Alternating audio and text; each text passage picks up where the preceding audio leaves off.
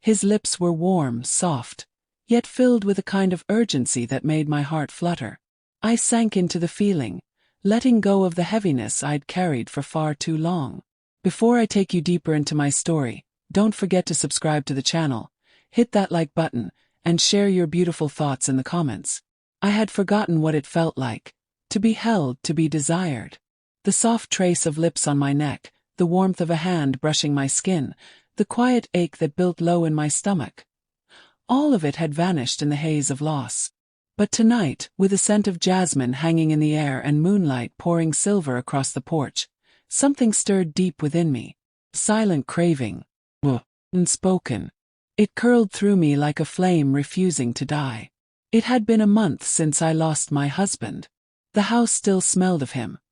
His cologne clinging faintly to the air, mixing with lavender from the candles I lit each night to stop myself from breaking apart in the silence. The emptiness was unbearable.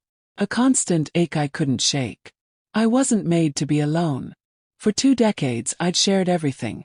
Mornings, meals, bedtime routines, with someone who simply wasn't there anymore. Now the house felt frozen in time. The world outside kept spinning while I remained stuck, haunted by echoes of a voice that once filled every room. And then there was him. The boy next door. Daniel. He was 20, so full of life. His eyes held a spark I hadn't seen in years. Something wild, something tender. Since the funeral, he'd been dropping by to help out, taking out the trash, fixing the faucet, picking up groceries. I knew he meant well. But there was a look in his eyes. Something quiet, uncertain that stayed too long. It began with the little things. The way he looked at me when he thought I wasn't watching. His gaze would pause, on my lips, the curve of my neck, the way my hands wrapped around my coffee cup. And I noticed everything. The way his jaw tensed when he was unsure. The way his muscles moved under his shirt when he lifted something. The softness in his voice when he spoke to me. I tried to convince myself it was just loneliness. Just me craving attention. Just him being kind. But late at night, I'd lie awake thinking of him. Imagining his touch, his weight, the way my name might sound if he whispered it. One evening I was sitting on the porch, watching the sun slip behind the trees. He appeared. His usual playful smile was gone, replaced with something quieter. "You shouldn't be sitting out here alone," he said. I gave him a faint smile. "I'm always alone now." He sat beside me, close enough that I could feel his warmth. The scent of his soap mixed with something else. Something magnetic. "You don't have to be," he said. The words hung there, suspended between us. Met his gaze. And this time I didn't look away. I saw it. The longing, the hunger, the softness in his eyes, like he'd been holding this feeling back for a long time. My heart thundered. "Daniel," I whispered. He reached for my hand, his fingers barely grazing mine. It was such a delicate touch, but it made my entire body shiver. "I know," he murmured. "I know I shouldn't feel this way. And I know maybe you don't." "I do." The words left me before I could stop them. Before the logic could catch up to the feeling. His lips lifted in the slightest smile. One of relief, disbelief. "Then let me stay."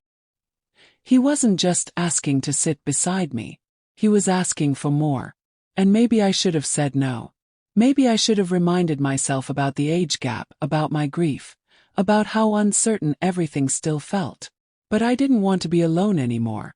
So when he leaned in, his lips a breath away from mine, I closed the distance. Our first kiss was tentative. He moved slowly, like he was afraid I'd change my mind. But I didn't. I leaned in, sighed into his mouth, let him kiss me deeper. His hands cupped my face, gentle, reverent. And I melted. It had been so long since someone touched me with this kind of tenderness. Like I mattered. Like I was seen. He kissed me like he'd been waiting for this moment. My fingers tangled in his hair as I pulled him closer. He let out a soft groan, his body pressing into mine with quiet urgency. When we finally parted, breathless, he leaned his forehead against mine. "Tell me to stop," he whispered. Tell me this isn't what you want. My hands gripped his shirt. I can't. His thumb traced over my cheek. Then don't. The night air cooled my skin, but I didn't notice. I only felt him. His warmth, his nearness, the way he reminded me what it felt like to be alive. Maybe I should have asked more questions, considered the consequences. But all I could think about was how natural it felt to be wanted again. When he kissed me the second time, slower, deeper, I let myself forget the pain just for a little while. I didn't realize how much I'd been starving for touch. Not just physical but emotional. To be seen. To be noticed. He held me, his grip grounding me. Strong. Steady. I don't want to rush, he murmured. I want to be whatever you need me to be. His voice broke something inside me. I shut my eyes, overwhelmed. Just stay, I whispered. He nodded, placing a soft kiss on my temple. I'm not going anywhere. The night stretched long and quiet. We didn't speak much. I leaned into him. He wrapped his arm around me like he could protect me from everything I'd lost. His presence soothed something in me. For the first time, the memories in the house didn't drown me. They faded into the background as something new took shape. Eventually, he led me inside, our fingers intertwined. The house, once heavy with sadness, felt different with him in it. He paused at my bedroom door, searching my face for any hesitation. There was none. I reached for him, needing to feel him, memorize him. My hands moved along his back, holding him close. His breath caught. His fingers skimmed my shoulders, careful and gentle. I don't want to hurt you, he said softly. I know you're still. I silenced him with a kiss. You're not hurting me, I whispered. You're helping me remember how it feels to be alive. He kissed me again, slow, deep, reverent. His hands slid through my hair, his body trembling slightly. Every touch, every breath felt sacred, like a promise too delicate to name. Time became a blur. There was more than desire in the way he held me. There was understanding, affection. I hadn't expected to find this again, especially not like this. But in Daniel's arms, I didn't feel broken. Felt found.